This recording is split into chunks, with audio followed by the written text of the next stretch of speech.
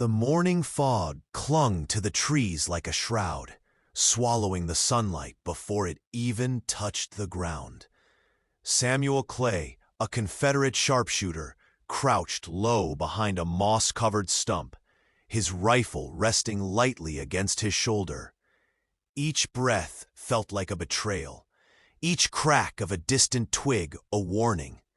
He scanned the misty clearing ahead, eyes straining to make out the blue uniforms of the Union scouts moving methodically, almost casually, through the underbrush. The forest was alive with whispers, branches bending under the weight of unseen footsteps, leaves trembling as if sharing secrets. Samuel tightened his grip on the rifle, feeling the cold steel bite against his palms. His thoughts drifted, unwillingly, to his family back in Tennessee. Mother's letters, her trembling script, so full of hope, so unaware. He swallowed hard, feeling the sting of guilt for being here, in this nightmare, instead of beside them. A sudden movement caught his eye, a Union soldier stepping on a patch of dry leaves, unaware of the sniper hidden in the shadows. Samuel's finger hovered above the trigger. He could feel the weight of the decision pressing against his chest, to shoot or to wait. The boy in the blue uniform laughed, a careless sound that made Samuel flinch. He lowered his rifle slowly, exhaling. "Not today," he whispered, and the forest seemed to exhale with him, hiding his presence. Night fell like a curtain of ink, the forest becoming a labyrinth of shadows and distant, echoing sounds.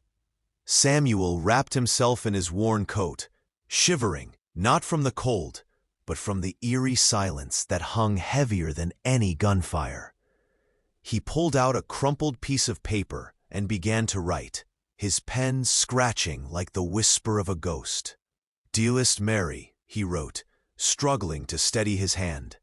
"The days are long, and the nights are endless. I see the faces of men I once called brothers fall, one by one, and I wonder if I will ever see the sun rise at home again." He paused, listening. The distant hum of a campfire, the occasional snap of a twig, each sound a story, a potential threat. Samuel's eyes darted across the darkened forest, catching the glint of a bayonet in the moonlight. "They are everywhere," he thought. "Yet I am alone with my choices." Samuel folded the letter with trembling hands, tucking it into his coat. Writing it had eased the heaviness for a moment, but the emptiness returned almost immediately. He pressed his back against the rough bark of a tree, closing his eyes, and let the forest speak to him. Every rustle, every sigh of wind became a warning, a companion, a memory of home he might never return to. The dawn crept slowly, bleeding orange and gray through the mist.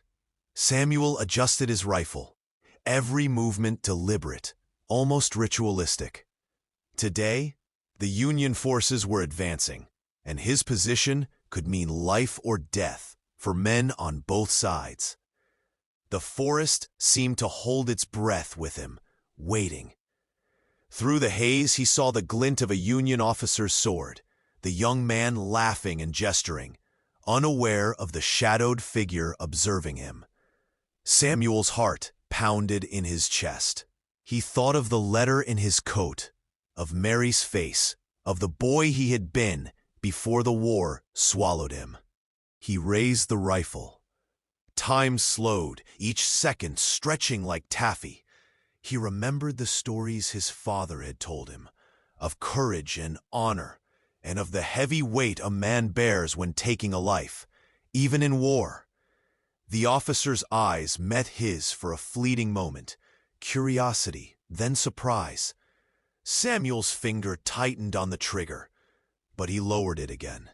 A single shot rang out, not from him, but from somewhere deeper in the forest. The officer fell. Samuel's pulse raced. He felt both relief and a strange, hollow shame. Survival in this war demanded ruthlessness, but his conscience screamed against it. He slipped further into the shadows, melting into the forest as the Union troops scrambled, unaware of the silent watcher among the trees. That evening, Samuel found a secluded clearing and lit a small fire, its glow flickering across his dirt-streaked face. He dug a shallow trench, carefully hiding the embers to avoid attracting attention. Sitting alone, he spoke softly into the night, as if the fire could hear him. "I am a ghost in this forest, a shadow with a rifle. Every day I ask myself, who am I killing for, and why?" His words trailed off, swallowed by the crackle of flames. He pulled out the letter again, reading Mary's words under the firelight. Her hope felt like a lifeline, fragile and glowing. Samuel's lips pressed together in a thin line. Hope was dangerous here, but necessary. The forest answered him with a gust of wind that rattled the branches like bones. Samuel stared into the darkness, listening, waiting. The war stretched ahead like an unending road, and every choice felt like a step closer to either redemption or ruin. Tonight, the forest would keep his secrets. Tomorrow, it might demand more. The forest no longer felt silent. By midday, the low thunder of artillery rolled across the Tennessee hills, rattling the very earth beneath Samuel's boots. Birds took flight in startled bursts, their cries swallowed by the distant cannon fire. He moved cautiously through the underbrush, guided by instinct more than orders. Somewhere ahead, the Union lines were pressing forward, and Confederate forces braced for what would become one of the bloodiest clashes of the war. At a shallow creek, Samuel knelt to drink, the cold water numbing his lips. He overheard hushed voices nearby, 2 Confederate infantrymen, their muskets slung carelessly over their shoulders. "They say the Yankees are coming strong. Thousands of them," one muttered, eyes darting nervously through the trees. "They'll break before the day's out," the other replied, though his tone betrayed uncertainty. Samuel stayed hidden, watching them disappear into the thicket. Their fear mirrored his own, though he carried it differently, silent, buried, masked behind the stillness of a rifleman. He stood, wiping the water from his mouth, and pressed deeper into the woods. By late afternoon, Samuel had found a vantage point overlooking a clearing where Union troops were beginning to assemble. Blue-coated soldiers moved with grim determination, their faces hardened by fatigue, yet sharpened by discipline. Drums beat faintly in the distance, steady and foreboding, like a heartbeat that refused to falter. Samuel steadied his rifle against the trunk of a hickory tree. He could see officers barking orders, lines forming, bayonets gleaming like silver teeth in the dim light. He breathed slowly, in and out, the barrel of his rifle rising and falling with each controlled breath. A Union scout strayed from the formation, kneeling to adjust his bootstrap. Samuel's finger curled on the trigger. This was his purpose, his role, the reason he had been chosen as a sharpshooter. Yet still, something inside him hesitated. The scout's face was young, too young, Samuel thought, with freckles still visible beneath the grime. He thought of his younger brother, still back home, and lowered the rifle. But hesitation was costly. A sudden shout broke out. The Union scout had spotted movement. Samuel's shadow against the brush. Musket fire erupted, bullets tearing through bark and soil. Samuel rolled behind a fallen log, heart hammering, as splinters and dirt exploded around him. The forest was no longer his ally. It was a battlefield. Gunfire echoed, relentless. Samuel sprinted through the trees, crouching low, weaving between roots and thickets. The Union soldiers pursued, their shouts growing louder. Each step was a gamble. Trip once, hesitate for a second, and it would be the end. He slid down a ravine, mud caking his uniform, and pressed himself flat against the earth. Above, shadows moved. The soldiers' boots crunched leaves, their voices sharp, angry. "Spread out! He can't have gone far!" Samuel clutched his rifle to his chest, breathing through his nose, fighting the urge to cough from the smoke and dust. His mind screamed at him to run, but his body knew better. Stillness was survival. Minutes dragged on like hours until at last the voices faded, swallowed by distance. Only then did Samuel move, inching deeper into the ravine, until the forest grew quiet again. His hands trembled as he reloaded his rifle, each click of the metal echoing in his skull like thunder.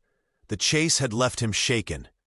That night, Samuel found shelter beneath the remains of a collapsed wagon, abandoned long ago, half buried in earth and vines. He lit no fire this time, too dangerous, too visible. Instead, he relied on the faint light of the moon to guide his hand as he wrote once more. "Dearest Mary," his letter began, "I have seen the enemy's eyes today. They are men, like us, with fear in their hearts and families waiting for them. And yet we hunt each other through these cursed woods as if we were not cut from the same cloth." His pen scratched furiously, words spilling out faster than his thoughts. "I do not know if I have the strength to do what is asked of me. Each time I raise my rifle, I see not an enemy, but a reflection of myself. How can I kill a man who might be writing his own letter at this very moment, dreaming of home?" The paper shook in his hands. He pressed it flat, folding it carefully, though he knew he might never send it. These letters were more for him than for Mary, a tether to humanity in a world unraveling into chaos. Outside, the forest whispered again. This time, it was not the wind. Footsteps, distant but deliberate. Samuel froze. His rifle was already in his hands, his breath caught in his throat. The night was no longer still. From the shadows emerged a figure, but not in Union blue. A Confederate soldier, his uniform torn, his arm wrapped in a blood-soaked bandage. Samuel lowered his rifle slightly, though not fully. "Easy there," the man rasped, his face pale, sweat gleaming in the moonlight. "I'm one of yours." Samuel remained cautious, eyes narrowing. "What are you doing out here?" "Got separated. Took a bullet in the arm. I've been trying to find my unit, but the woods keep turning me around." The stranger slumped against a tree, breathing heavily. Samuel hesitated, then moved closer, pulling a strip of cloth from his kit to tighten the man's bandage. "You're a sharpshooter, ain't you?" the soldier asked, his voice weak. "Heard there's one roaming these woods, striking fear in the Yankees." Samuel said nothing. His silence was answer enough. The wounded soldier chuckled bitterly, wincing. "If you ask me, it ain't fear that wins wars. It's who can keep their soul the longest. Lose that, and you're already dead." The words struck Samuel harder than any bullet could. For the first time in days, he felt the weight of his choices reflected in another man's eyes. As the night deepened, the forest pressed close again, reminding Samuel that dawn would bring more blood, more choices, and perhaps no more chances to hesitate. The morning of April 6th broke with fire. Cannons roared across the Tennessee landscape, their thunder shaking the forest as if the earth itself were tearing apart. Smoke billowed in thick, choking clouds, swallowing the sun and cloaking the battlefield in gray. Samuel crouched low on a ridge overlooking the Union encampment at Shiloh. The element of surprise was theirs, for now. Confederate troops surged forward, their cries mingling with the clash of steel and the screams of the wounded. From his vantage point, Samuel steadied his rifle. Through the haze he saw Union soldiers scrambling from their tents, their faces a blur of shock and confusion. He lined up his sights, his breath shallow. This is it. No more hesitation. Today there is no room for mercy. The rifle cracked. A Union officer collapsed. Samuel reloaded swiftly, his hands steady despite the pounding in his chest. Shot after shot, he became part of the storm, a ghost weaving through smoke and trees. Yet even as he fired, a voice inside him whispered, "Every bullet finds a heart. Every life taken weighs on your own." By midday, the battlefield was unrecognizable. Trees shattered by artillery, the ground churned to mud by men and horses, the air thick with powder and blood. Shouts of victory turned to cries of fear as the Union lines bent but did not break. Samuel moved through the carnage like a shadow, always watching, always choosing when to strike. He saw men he had marched with fall beside him, their lifeless eyes staring into nothing. He felt the sting of smoke in his lungs, the ache in his shoulders from hours of firing and reloading. At one point, he locked eyes with a Union soldier across a shattered fence line. They raised their rifles at the same instant. Time seemed to slow, stretching thin. Samuel fired first. The man fell, his musket dropping from his hands. Samuel stood frozen, staring at the body. The soldier's hand twitched once, then stilled. Samuel felt no triumph, only a cold, hollow ache. Another letter unwritten, another home that will never see him return. As the day waned, the tide of battle shifted. Union reinforcements arrived, pushing back with brutal force. Confederate soldiers, exhausted and bloodied, began to falter. Samuel retreated into the forest, his rifle heavy, his legs trembling. He found himself again at the edge of a creek, the same one where he had knelt days before. The water was red now, clouded with mud and something darker. Samuel stared into it, seeing his reflection, distorted, broken. He pulled out Mary's letter, now creased and stained. He read it silently, her words trembling on the page. "Come home safe. Do not let this war take the man I love." He closed his eyes. Am I still that man? Or am I only the rifle in my hands? Night fell over Shiloh, but the battlefield did not rest. Distant cries echoed through the darkness, men calling for water, for help, for mothers who could not hear them. Fires flickered in the ruins of tents, casting long shadows across the dead and the living alike. Samuel sat alone beneath an oak, his rifle leaning against the trunk. The wounded soldier he had met earlier stumbled into view again, arms still bound, face pale. He sat down heavily beside Samuel without a word. For a long while, neither spoke. The forest hummed with the low murmur of suffering, the kind that never truly leaves. Finally, the soldier whispered, "Tomorrow will be worse." Samuel nodded, his throat dry. And the day after, worse still. The soldier managed a faint, bitter smile. Then maybe the only victory is keeping something human alive inside us until this ends. Samuel looked at him, then at the stars faintly breaking through the smoke-filled sky. His hand brushed over the letter in his coat, as if to remind himself that a part of him still belongs to another world, one beyond the slaughter. The night deepened.